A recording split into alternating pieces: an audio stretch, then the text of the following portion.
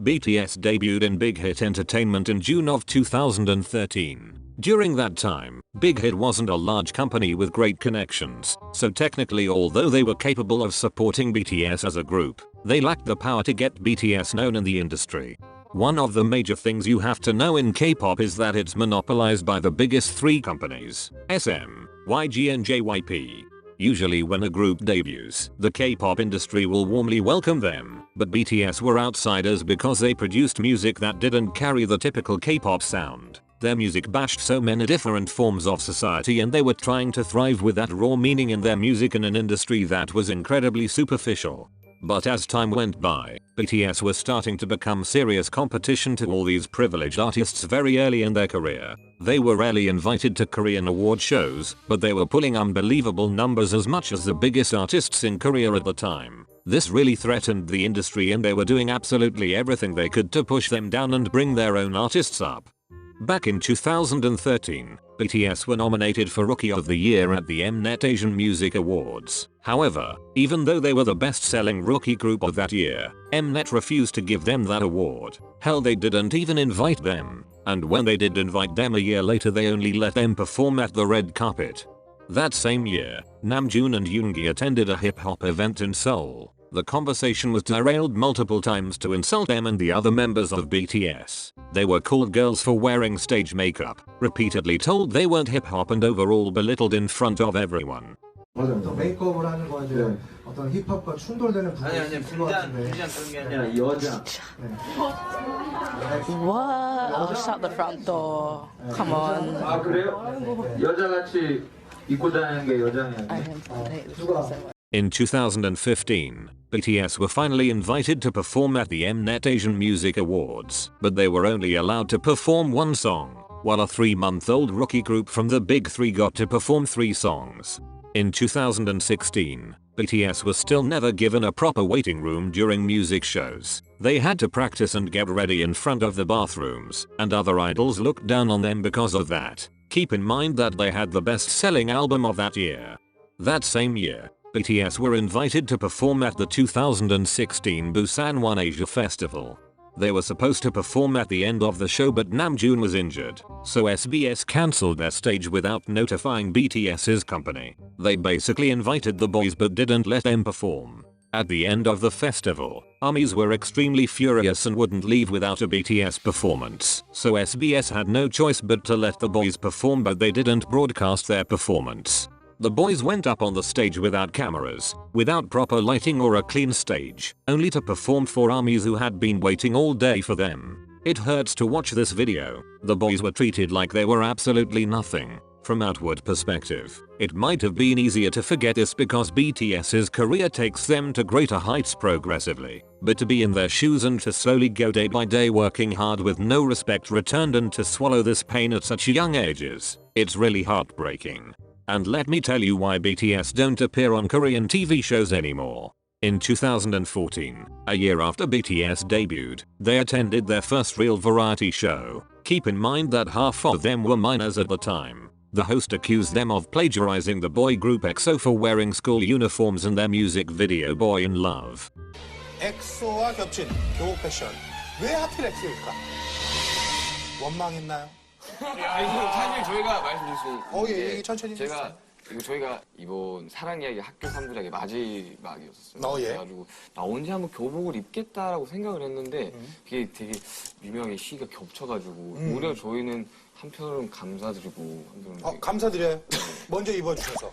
아니요, 그런 게 다른 그룹이 모자를 돌리는 걸 보고 똑같이 하면은 뭔가 차별화가 없겠다 그래서 바꾸신 거예요. 그쵸. 네, 그렇죠. 근데 우리 방탄소년단은 엑소가 했네. 우리도 해야지. 이렇게 돼버린 것 같아서. Yoongi was trying to explain that it was a misunderstanding and that they weren't trying to copy them, but the host kept twisting his words. And because of that, EXO fans dragged BTS through hell and back. They made petitions for them to disband, trended plagiarism to the point where BTS had to go to court, and even sent them death threats resulting in them having to cancel several concerts. And not only that, when BTS won their first grand prize award at the 2017 Mnet Asian Music Awards, EXO fans were giving them the middle fingers and chanting EXO during their speech. They and other fandoms started accusing BTS of manipulating the charts and even went as far as contacting Melon customer service to complain.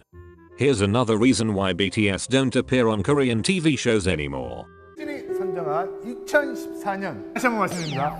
제작진이 선정한 겁니다. 저희가 아니에요? 네. 저희가 아니에요? 네. 둘셋 포! 안녕하세요 방탄소년단입니다. 뭐라고? 둘셋 포! 잠시만 이름들이 너무 어렵다. 너무 어렵다. 위, 슈가, 진, 정국. 진, 정국이야 뭐. 야, 랩몬스터는 정말 좀 뭔가 오그라들지 않니? 왜? 제이홉? 네, 제이홉이. 호흡은 저기 맥주 올렸네. 아니 희망호흡입니다. 희망호흡. 아, 호프? 뭔 뜻이에요? 그럼 패가 붙어야 되는 거 아닌가? 그러니까. 에이트 어떻게 지내? 현이 갔다 오지 않았어? 니네 뭐라 그랬지? 어쨌든 뭐 데프콘 형이 너무 좋아. 왜? 왜? 난 네가 안 좋아. 안 좋아. 왜? 예능하시는 게 너무 좋아가지고. 나는 얘는 얘 때문에 예능을 하게 됐어 내가. So hot, I'm the number one. 어린 소리를 어린 소리를. 야, 너도 하지 마. 굉장히 팬이라서 코니앤콘이라고 곡을 써왔어요. 맞아. 저도야? 우리 진짜 다 썼는데 지금? 아니요, 저는 이제 드리려고. 아, 우리 다 썼는데? 아, 들어보시면 생각이 달라요. 듣고 나서 판단하면 돼. 우리는 눈이앤콘이.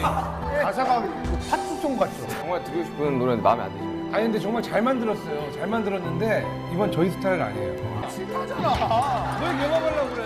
오늘 할 게 많습니다. 빨리 가죠. 재능 있어, 재능 있어. These 7 boys were treated so maliciously despite half of them being minors at the time. Donnie and Coney are known for joking around, but they really crossed the line with BTS. They mocked the vocal line members for not specializing in rapping. They straight up told Jin repeatedly to his face that he was the least talented member. They made fun of the song Yoongi made for them and implied he wasn't worth anything to them. They forced Jimin, Jungkook and J-Hope to do girl group dances and then mocked them for being too flamboyant. Then they made fun of all their stage names and mocked their fans and called them elementary schoolers and implied that they were all immature and fanatic. They were especially rude to Namjoon in particular. They made fun of his way of speaking, his way of dressing, his dancing, his rap, his name, his hair, literally everything.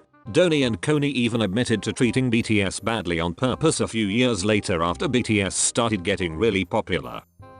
Here's a very unknown fact. As the industry came to realize that there was no stopping BTS, a lot of agencies tried to buy them from Big Hit Entertainment. Just like how SM Entertainment bought the boy group Infinite as soon as they started to become a threat to their boy group EXO. They bought them and decided to do nothing with them, which led to a drastic decrease of popularity for Infinite and a huge increase of popularity for EXO. Bang PD, who believed in BTS's success from the very beginning, got several calls from different companies, telling him to just give up and hand BTS over to them, but he refused. He refused to give up on the boys because he really believed they were something worthwhile and that they actually could become something big one day. And he was right. BTS's success has gotten to a point where trying to suppress it or deny it is literally impossible. The only next step is to try and claim it as your own. That's exactly what SM Entertainment has been trying to do for the past 4 years. At first they were trying to recreate BTS's success by making a new boy group, but now that they see it's impossible, they've decided to claim it as theirs.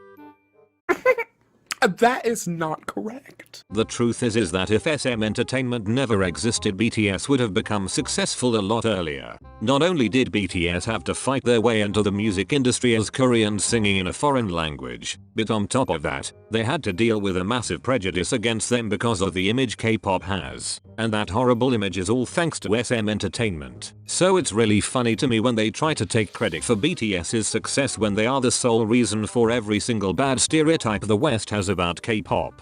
The whole manufactured puppets, slave contracts, forced plastic surgery, dating bans, extreme diets and more dates all back to them. Without K-pop attached to BTS's name, they would have had it so much easier. SM Entertainment has been their biggest roadblock. The K-pop industry had no part in BTS's success considering how they were the ones trying so hard to shut them out.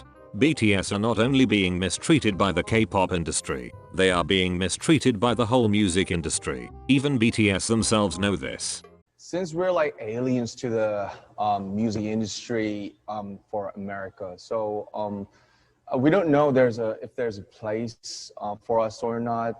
The boys know they are being alienated in the Western music industry. Namjoon was being straightforward with the system. He has realized that the system won't change despite how much they deserve it. I'm honestly proud they're starting to stand up for themselves. They stood up for themselves back then, but only by working hard and ignoring those who disrespected them. But now they're in a position where they can speak loudly about this. They know the racial barrier they are facing despite their talent and achievements, and they are not afraid to talk about it anymore. BTS are fed up and we love to see it.